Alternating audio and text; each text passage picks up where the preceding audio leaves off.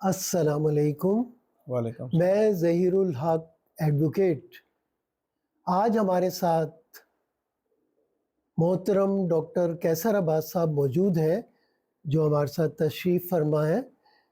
Doctor صاحب 4 بہترین کتابوں کے مصنف ہیں، جن میں سے ان کی ایک کتاب اللہ رب کائنات کا منصوبہ ایک کتاب ہے، جس میں انہوں نے سوشلزم اور کیپٹلزم کو بڑے ہی خوبصورت انداز میں بیان کیا ہے اور اس کو واضح طور پر ان دونوں نظاموں کے بارے میں ڈسکشن کیا ہے.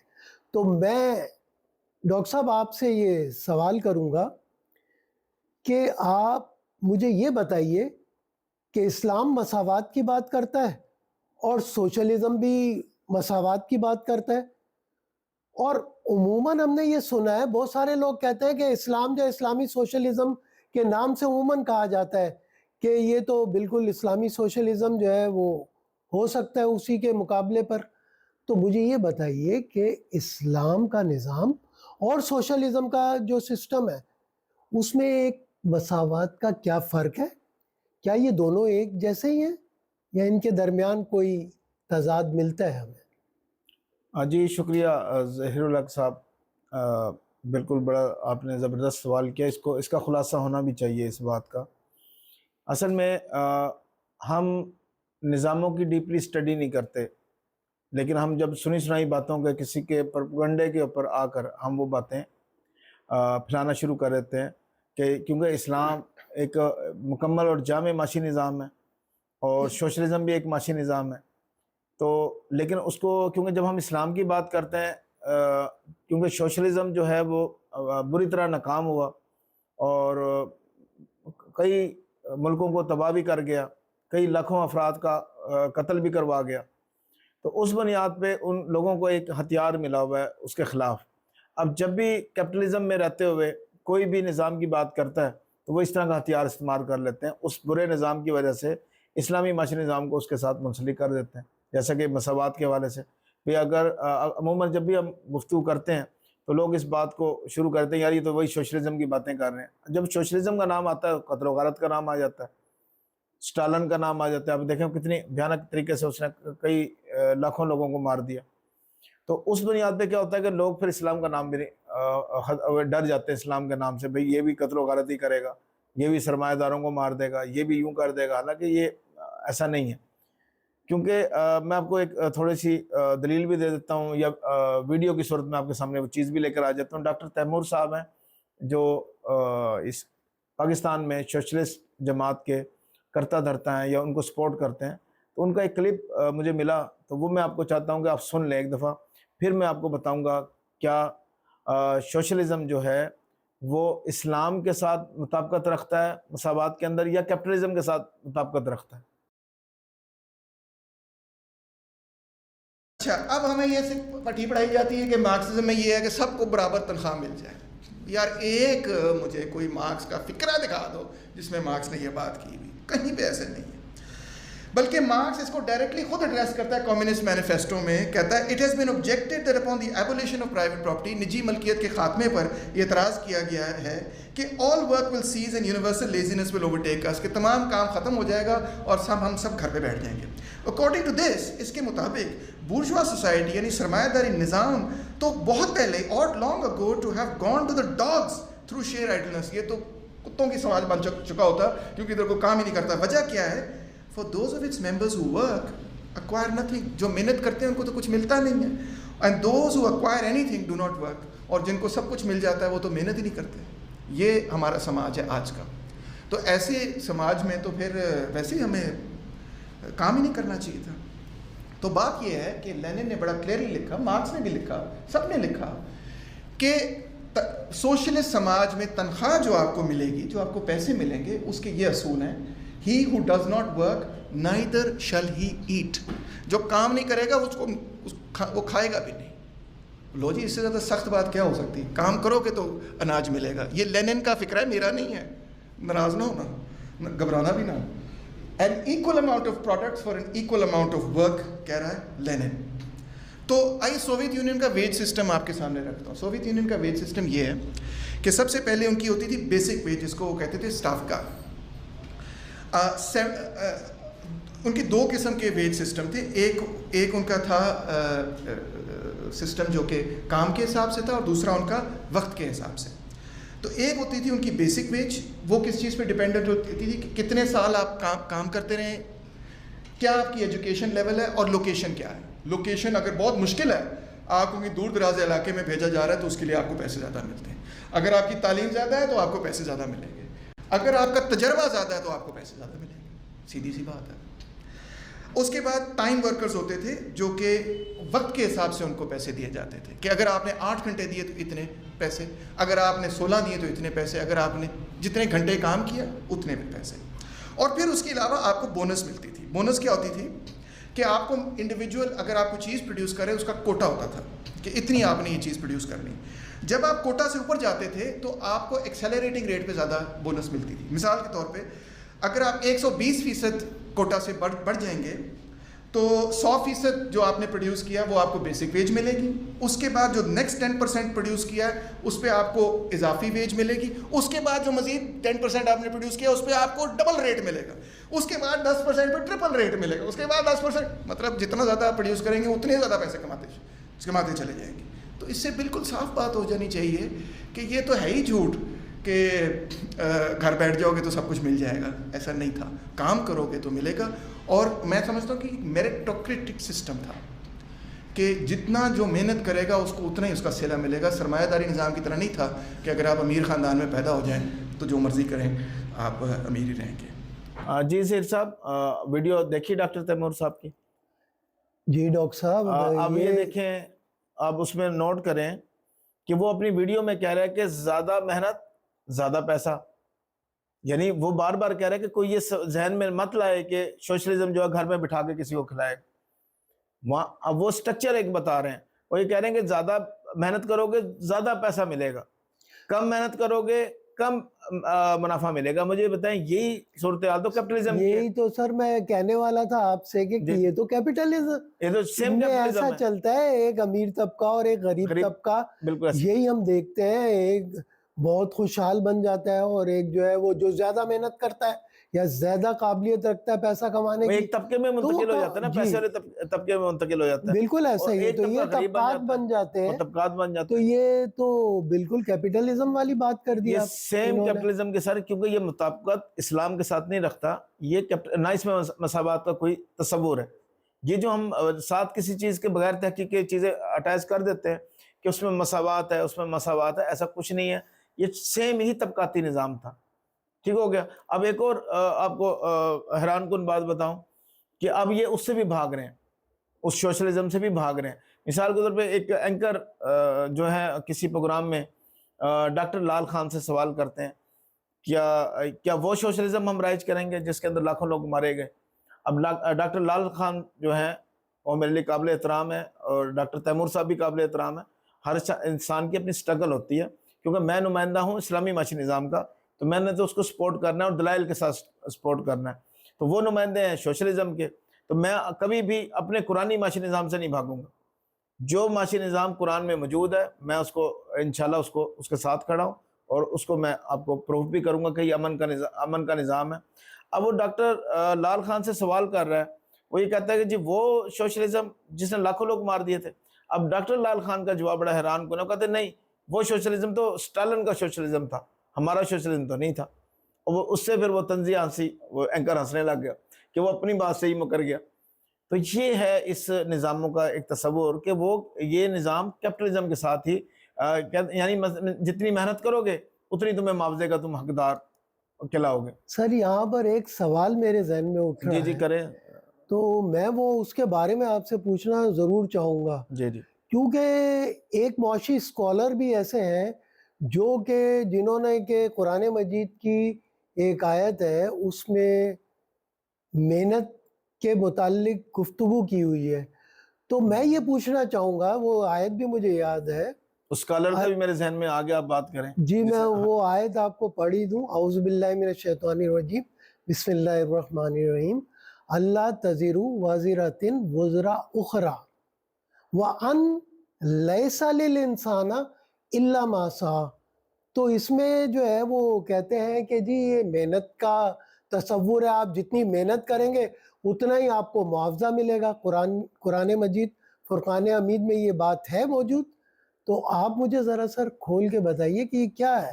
اصل سر یہ کچھ ایسے چیز ہوتے ہیں کہ جب سازشی عناصر جو ہے وہ جب کسی بھی نظام کو تباہی کی طرف لے کے جا رہے ہوتے ہیں تو ان کی چیزوں کو وہ مولڈ کرتے ہیں، جبکہ قرآن اپنی اصل حالت میں موجود ہے الحمدللہ.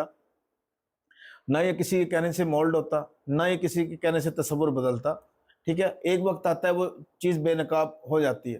ابھی دیکھیں اس آیت کے اندر اللہ رب کائنات واضح الفاظ میں کہہ رہے ہیں کہ آخرت کی بات کر رہے ہیں، وہ آخرت کی بات کہ آخرت میں ترازو قائم کر دیے جائیں گے، کسی کے بارے میں ذرہ برابر بھی کوئی کوتاہی نہیں برتی جائے گی. پھر آگے اللہ رب کائنات کہتے ہیں لیس للانسان الا ما سعی، کہ جیسا کوئی عمل کرے گا، جیسی جد و جہد کرے گا، کیونکہ یہ بات قرآن مجید ایک معاشی کتاب ہے اور وہ دو نظاموں کے راستے آپ کو دکھاتا ہے.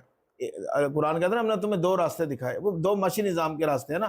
ایک وہ راستہ جو انسان کے بنائے ہوئے نظام کی طرف لے کے جاتا ہے، انسانی خواہشات کے نظام کی طرف لے کے جاتا ہے، جیسا کہ کیپٹلزم ہے، سوشلزم ہے، کیونکہ یہ انسانوں کے بنائے ہوئے نظام ہے. ایک نظام جو ہے وہ اللہ رب کائنات کی طرف لے کے جاتا ہے. ٹھیک ہے نا. ہر نظام کی اپنی ہی ایک نتائج کی تسلسل ہے، کیونکہ اس پہ میں پہلے کہہ چکا ہوں کہ اسلامی معاشی نظام پہ ہم تفصیل سے کسی وقت بات کر سکتے ہیں کہ اسلامی معاشی نظام کے خد و خال کیا ہیں، یہ کیسے رائج ہوتا ہے، یہ کیسے انسان کو امن کی طرف لے کر آتا ہے، اس کا کیا سٹرکچر کیا ہے. تو اس میں یہ ہوتا ہے کہ جب بھی انسان باطل نظام کی طرف جاتا ہے تو اس نظام کی وجہ سے اس کے جسم میں یا اس کی جو جہاں ہیومن سیڈ ہے اس پہ اثرات مرتب ہوتے ہیں سیئات کے. یعنی وہ اللہ رب کائنات نے اس کو سیئات سے تشبیہ دی ہے کہ وہ بلیکش ہونا شروع ہو جاتا ہے، کیونکہ ہمارا تصور آخرت کا ہے.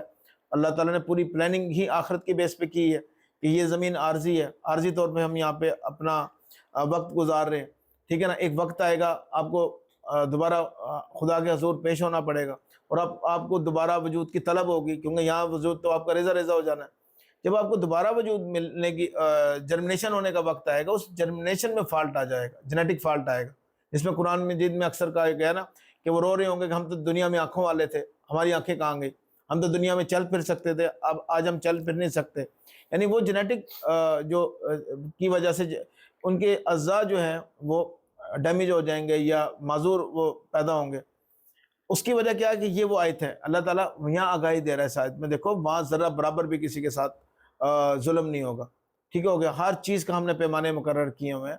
اس لیے جس نظام کے لیے جد و جہد کرے گا، صحیح کرے گا، صحیح کا لفظ ہے نا، یہاں معاوضے کی تو بات ہو ہی نہیں رہی جی. نہ یہ پیسوں کی بات یہاں ہو رہی ہے، نہ یہ لین دین کی بات ہو رہی ہے، نہ یہ معیشت کی بات ہو رہی ہے. یہ تو دو نظاموں کی سیکشن 4 کی آیت ہے.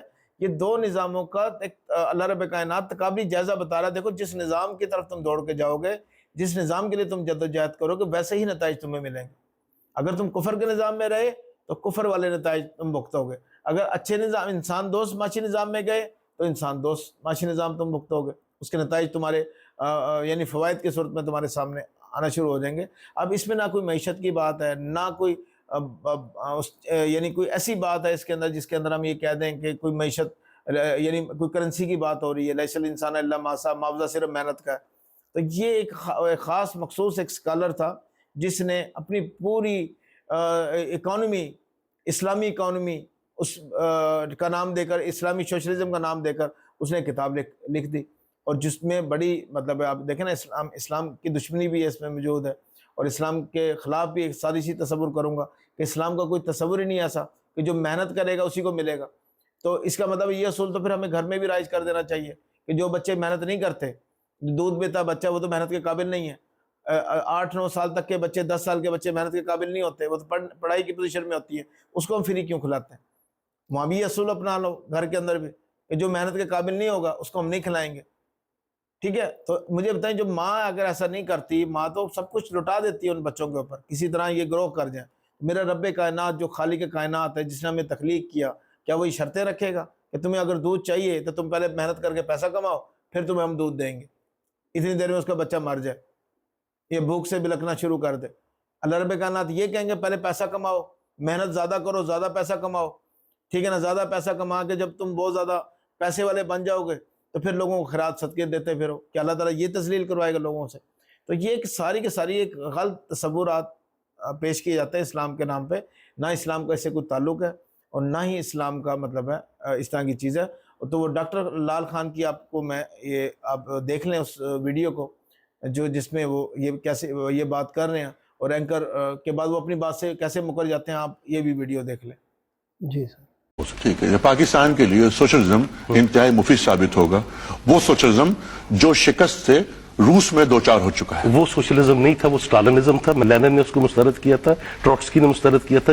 جو ریولوشن کے فاؤنڈرز تھے انہوں نے اس کو مسترد کیا تھا. ایک ڈاکٹر صاحب یہ مووی بھی میں نے دیکھ لی اور بڑی سمجھ آ رہی ہے بات.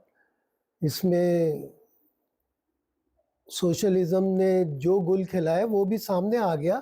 بالکل وہ تو اپنی بات سے غارت گری کا نظام. اور دیکھیں وہ کہہ رہے ہیں کہ ہمارا سوشلزم ہی نہیں ہے. اب ظاہر ہے کہ اسلام تو محبت اور اخوت کا پیغام دیتا ہے, بالکل تو یہ کیسے میچ کر سکتا ہے اس سے؟ یہ تو سوال ہی نہیں پیدا ہوتا. دوسرا نہیں کی رکھی ہیں میں نے اپنی طرف سے کوئی بات نہیں کی. جی آپ دیکھیں ایک میں طبقات. ڈاکٹر صاحب آپ نے بالکل صحیح فرمایا. یہ تو اس میں ہم دیکھ رہے ہیں کہ لال خان خود بتا رہے ہیں کہ قتل و غارت گری کا بازار گرم تھا, کتنے لوگ مارے گئے.